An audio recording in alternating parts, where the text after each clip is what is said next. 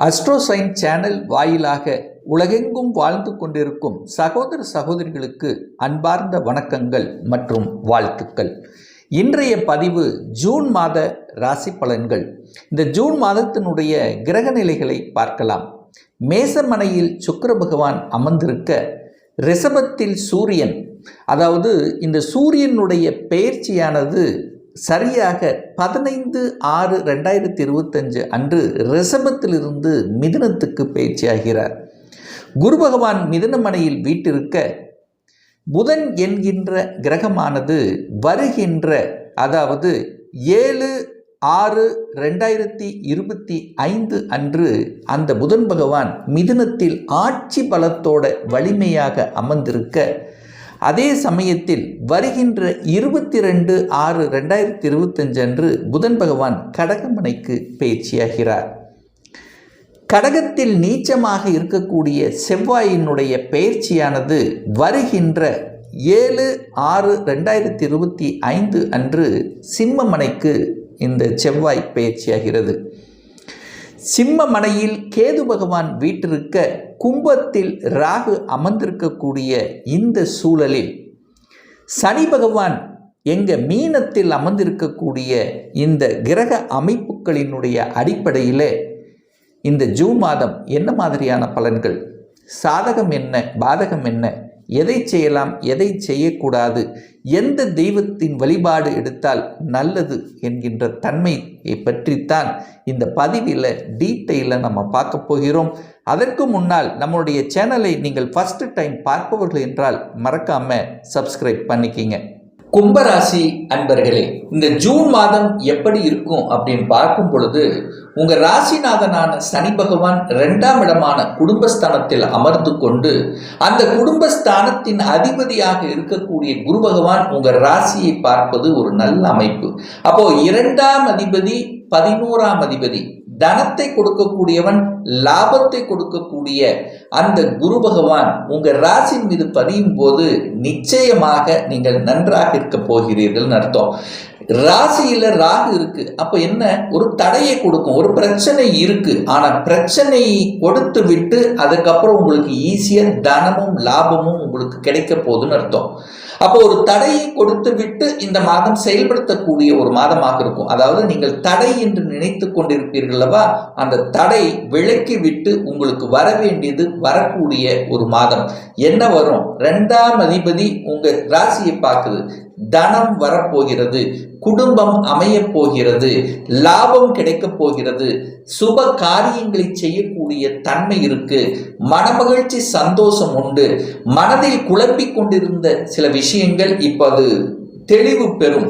கடந்த 2 வருடங்களாகவே மனக்குழப்பம், மனம் சார்ந்த விஷயத்தில் தொந்தரவு, தான் நினைத்தது செயல்படுத்த முடியாத தன்மை இருக்கக்கூடிய கும்பத்துக்கு இப்போ விடிவு காலம் பிறந்து விட்டதுன்னே சொல்லுவேன். அப்போ உங்களுக்கு ஒரு எழுச்சி, ஒரு தன்னம்பிக்கை கிடைக்க போகிறது, ஒரு பாத், ஒரு ரூட் கிடைக்க போகிறது, சுறுசுறுப்பாக செயல்படக்கூடிய ஒரு காலம் வந்து விட்டது அப்படின்னு சொல்லுவேன் இந்த கும்பராசி அன்பர்களுக்கு. பொருளாதாரம் நன்றாக இருக்க போகிறது. நீங்க போய் 2ஆம் இடத்துல உட்கார்ந்துருக்கிறீங்க. உங்க முயற்சியால, உங்க சொந்த முயற்சியால தனவரவை பெருக்கக்கூடிய அமைப்பு இந்த காலகட்டம் உண்டு. ஆனா என்ன, சனி அங்க போய் உட்கார்ந்தனால கொஞ்சம் ஸ்லோ, கொஞ்சம் மெதுவா, கொஞ்சம் டல்லா இருக்கக்கூடிய ஒரு தன்மை மட்டும் இருக்கும். மற்றபடி தனத்தில், குடும்பத்தில் பெரிய பிரச்சனை என்பதும் ஏற்படுத்த போவதில்லை.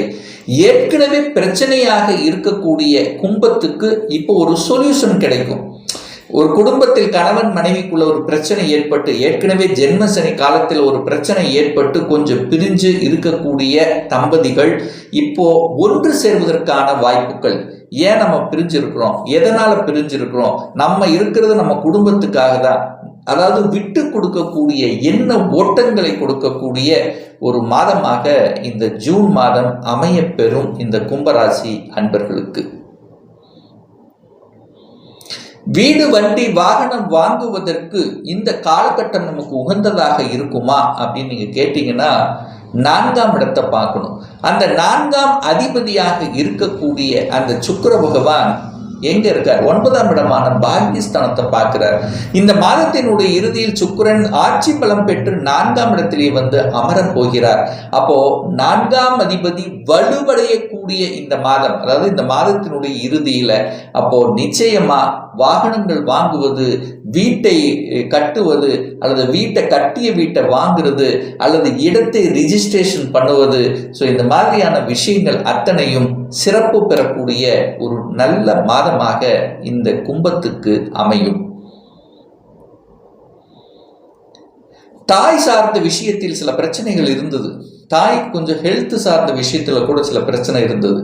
உங்களுடைய சுகத்திலையும் சில தொந்தரவுகள் இருந்ததுன்னு கூட சொல்லுவேன். அதெல்லாம் சரி செய்யக்கூடிய தன்மைங்கிறது இந்த காலகட்டம் உண்டு. ஏன்னா 5ஆம் அதிபதி வலுப்பெறுகிறது. ஸோ 5ஆம் அதிபதி வலுப்பெற்றாலே என்னாகும்? நிச்சயமா 5 என்பது 6ஆம் இடத்துக்கு அது 12ஆக இருக்கிறதுனால கடனை குறைச்சிடலாம், கடனை எப்படியாவது கட்டிடலாம் அப்படிங்கிற ஒரு தைரியம் கிடைக்கும். ஒரு வழக்கு இருக்கு, ஒரு பிரச்சனை இருக்கு, சரி அது முடிவு கொண்டு வந்துடலாம் அப்படிங்கிற எண்ண ஓட்டங்களை கொடுக்கக்கூடிய ஒரு மாதமாக அமையும். குழந்தைகள் திருப்திகரமாக இருக்கக்கூடிய தன்மை. ஏன்னா கடந்த 2 வருடங்களாகவே ஒரு மனக்குழப்பம் இருந்தது. இதை படிக்கலாமா, அதை படிக்கலாமா, இந்த கோர்ஸ் கிடைக்குமா, அந்த கோர்ஸ் கிடைக்குமா, எந்த கோர்ஸ் படித்தா என்னுடைய ஃபியூச்சர் நன்றாக இருக்கும், இப்படி மன குழப்பத்தோடு இருக்கக்கூடிய கும்பத்துக்கு இந்த மாதம் விடிவு கிடைக்கும். இந்த ஜூன் மாதம் தெளிவாக இருப்பீங்க. இதைத்தான் நான் படிக்க போறேன், இந்த கல்லூரியில் தான் படிக்க போறேன், இப்படித்தான் நான் ஆக போறேன் என்கின்ற தன்மை சிறப்ப பெறும். ஏன்னா 5ஆம் அதிபதி வலுப்பெறுகிறார். 5ஆம் இடத்துல குரு இருக்கார். அப்ப குலதெய்வத்தினுடைய அருள் உண்டு. உங்களுடைய எண்ணங்கள் பூர்த்தியாகும். அப்ப குழந்தைகள் தான் துள்ளி குதிக்கக்கூடிய ஒரு காலம் அப்படின்னு சொல்லுவேன். தான் நினைத்தது செயல்படுத்தக்கூடிய தன்மைங்கிறது சிறப்பு பெறும். குழந்தை பாக்கியம் கிடைக்கும். குழந்தை காரக கிரகமான குரு பகவான் குழந்தை ஸ்தானத்தில் அமர்ந்து கொண்டு குழந்தை ஸ்தானத்தின் அதிபதியாக இருக்கக்கூடிய புதனோடு சேர்ந்து இருக்கக்கூடிய இந்த காலகட்டம், அது குரு உங்க ராசியை பார்க்கிறார், பாக்கியத்தை பார்க்கிறார், லாபத்தை பார்க்கிறார். சூப்பரா இருக்க போகுது. குழந்தை பாக்கியம் கிடைக்க போகிறது. குழந்தைகளால் மன மகிழ்ச்சி உண்டாக போகிறது. தெய்வத்தின் அனுகூலம் கிடைக்க போகிறது.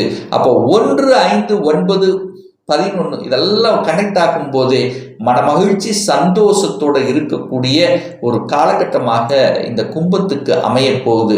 ஏன்னா 2.5 வருஷமா நல்லா இல்லை, பிரச்சனையோடு இருந்தது. எல்லாத்துலேயும் பிரச்சனை, ஏதாவது ஒரு பிரச்சனை, குடும்ப உறுப்பினர்களோட பிரச்சனை, தொழிலையும் பிரச்சனை, வேலையிலையும் பிரச்சனை, எதையாவது சங்கடங்களை சந்தித்து கொண்டிருக்கக்கூடிய இந்த கும்பத்துக்கு இந்த ஜூன் மாதத்திலிருந்து விடுதலை தான். அப்படியே படிப்படியாக குறைய போகிறீர்கள். இப்போ நீங்கள் ஏறுமுகத்தில் தான் இருக்க போகிறீர்கள். இனி இறங்குவதற்கு ஒன்றும் இல்லை. நிறைய அடிபட்டுட்டீங்க, நிறைய மனக்குவல்களை சந்தித்து விட்டீர்கள். இனி என்ன, எதையும் சாதிக்கலாம் என்கின்ற துணிச்சல் கொடுக்கக்கூடிய ஒரு மாதமாக இந்த ஜூன் மாதம் நிச்சயமாக அமையப்பெறும். நிறைய பேர்த்துக்கு திருமணம் நடக்குங்க. திருமணம் நடக்கக்கூடிய தன்மை அல்லது திருமணத்தை ஃபிக்ஸ் பண்ணக்கூடிய தன்மை. இதுவரைக்கும் திருமணமே வேண்டாம் என்று சொல்லி கொண்டிருந்தவர் கூட ஏன் திருமணம் செய்து கொள்ளக்கூடாது என்கின்ற உணர்வை கொடுத்து அதுக்கான ஒரு தன்மை எடுக்கக்கூடிய தன்மை இந்த மாதம் உண்டு.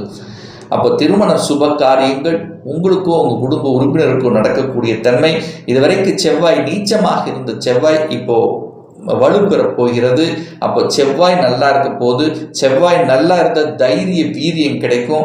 சகோதரர்களுடன் இருந்து வந்த குழப்பங்கள் தீரும். 9ஆம் அதிபதியாக இருக்கக்கூடிய சுக்கிரன் 9ஆம் இடத்தை பார்க்கிறார்.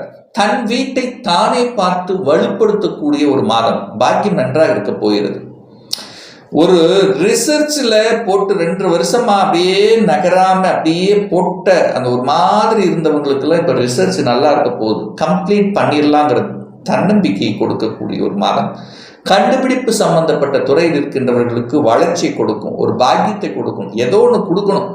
இந்த மாதம் நல்லது நடக்குது, நல்லதா இருக்கிற, இது நடந்தது, அதனால் பரவாயில்லாம் அப்படின்னு ஒரு சந்தோஷத்தை கொடுக்கும் அல்லவா, அது நடக்கும். ஒரு சிலருக்கு திடீர் ப்ரமோஷன் கிடைக்கும், திடீர் இடமாற்றம் கிடைக்கும். வேலையே நல்ல வேலை செட்டில் ஆகல, 2 வருஷமும் நல்ல வேலை இல்லை, பிடித்த வேலை இல்லை, மன திருப்தி இல்லை. இப்போ ஏதாவது திருப்தி அடையக்கூடிய தன்மை. இதுவரைக்கும் உங்களை பேசிக்கொண்டே இருந்தவர்கள், உங்களை தூற்றிக்கொண்டே இருந்தவர்கள், உங்க மேலதிகாரி உங்க மேல கோபமாவே இருந்தாங்க, எனக்கு அதிகமா வேலைப்பளு இருக்கு, ஸோ எப்போ இருந்து சொன்ன வேலைக்கு இப்போ எங்களை மேலே பழி கொடுக்குறாங்க, அதாவது எனக்கு அதிகமாக வேலை பழு கொடுக்குறாங்க அப்படின்னா கூட இப்போ புரிந்து கொள்ளக்கூடிய தன்மை உண்டு. ஒரு சிலருக்கு திடீர் ப்ரமோஷன், இடமாற்றங்கள், அடிஷ்னல் ரெஸ்பான்சிபிலிட்டிஸ் எல்லாம் எதிர்பார்க்கக்கூடிய ஒரு மாதமாக அமையும். ஏன்னா 5ஆம் அதிபதி 11ஆம் இடத்தை பார்க்கிறார் அல்லவா. 5ஆம் அதிபதி 11ஆம் இடத்தை பார்ப்பதும் 11ஆம் அதிபதியாக இருக்கக்கூடிய குரு பகவான் 11ஆம் இடத்தை பார்க்கிறார். அப்ப லாபஸ்தானத்தை பார்க்குது, மன மகிழ்ச்சி சந்தோஷ ஸ்தானத்தை பார்க்குது. அப்போ ஒரு சந்தோஷம் உங்களுக்கு கிடைக்கணும் அல்லவா. ஏதோ ஒன்று நடந்துட்டு அதன் மூலமாக சந்தோஷத்தோட இந்த மாசம் அனுபவிக்கக்கூடிய மாசமாக இந்த கும்பத்துக்கு இருக்கும். ஒரு நல்ல விஷயம் நடந்து, ஒரு ஜாலி, ஒரு என்டர்டைன்மெண்ட், ஒரு துள்ளி குதிக்கக்கூடிய ஒரு சந்தோஷ உணர்வுடன் இருக்கக்கூடிய, கவலைகள் நீங்கக்கூடிய, ரொம்ப கவலை விரக்தியோடு இருந்ததுங்க, இப்போ அது விலகக்கூடிய ஒரு நல்ல மாதமாக இந்த ஜூன் மாதம் கும்பத்துக்கு அமையும் என்று சொன்னால் அது மிகையாகாது. ஒரு தெய்வ வழிபாடு நீங்கள் எடுத்துட்டீங்கன்னா குலதெய்வம் தான். குலதெய்வத்தை போய் வணங்கிவிட்டு வாருங்கள். எல்லாம் நன்மையே நடக்கும், நல்லது நடக்கும், உங்கள் ஆசைகள் நிறைவேறுங்கிறதுல எந்தவித மாற்று கருத்தும் கிடையாது. இப்போ நான் சொன்னது கோச்சார ரீதியாக இந்த ஜூன் மாதத்தினுடைய ஒரு பொதுவான பலன்கள். ஒரு துல்லிய பலன் வேணும்னா உங்கள் ஜாதகத்தில் கிரகங்கள் எப்படி இருக்குது, என்ன ஆதிபத்தியம் பெற்றிருக்கு, எந்த டிகிரியில் இருக்குது, நடப்பு தசாநாதன், புத்திநாதன், அந்தர்நாதன், சூட்சமநாதன் எந்த தன்மையில் இருக்குது என்பதை பொறுத்து நீங்கள் கேட்கக்கூடிய எந்த கேள்வியாக இருந்தாலும் சரி, இந்த 2025 சொந்த தொழில் செய்வதற்கான விதி கொடுப்பினை நம்முடைய ஜாதகத்தில் இருக்கா, அப்படி இருக்கக்கூடிய பட்சத்தில் எப்போ நம்ம சொந்த தொழிலை ஆரம்பிக்கலாம், என்ன கோர்ஸ் படிக்கணும் அப்படிங்கிற கொடுப்பினை நம்முடைய ஜாதகத்தில் இருக்குது, எந்த கோர்ஸ் படித்தா நம்முடைய ஃப்யூச்சர் நன்றாக இருக்கும், திருமணம் தடைப்பட்டு கொண்டே இருக்கிறது, எப்போதான் நமக்கு திருமணம் நடக்கும், குழந்தை பாக்கியம் கிடைக்கும், எப்போ நமக்கு இடமாற்றம் ப்ரமோஷன் அமையும், இது போன்ற கேள்விகளுக்கு துல்லியமான பதிலை நம்மால் கூற முடியும். ஒரு பர்சனல் கன்சல்டேஷன் எடுத்துக்கணும், சுய ஜாதகம் பார்க்கணும் என்று விருப்பமுடைய அன்பர்கள் டிஸ்பிளே தெரியக்கூடிய நம்பருக்கு ஃபோன் கால் மூலியமாகவோ வாட்ஸ்அப் மூலியமாகவோ தொடர்பு கொண்டு நேரடியாகவோ அல்லது ஆன்லைன் மூலமாகவோ கன்சல்டேஷன் எடுத்துக்கலாம்.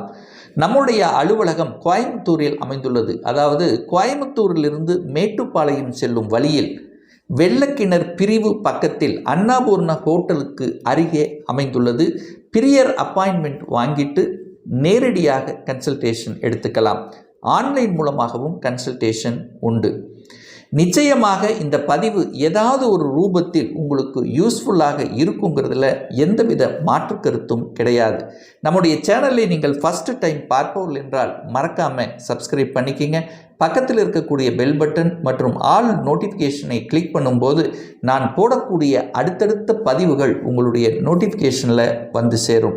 இந்த ராசி நட்சத்திர நேயர்கள் அனைவரும் வாழ்க வளர்க வளம் பெறுக என்று எனது வாழ்த்தினை தெரிவித்துக் கொண்டு விடைபெறுகிறேன். நன்றி, வணக்கம், வாழ்த்துக்கள்.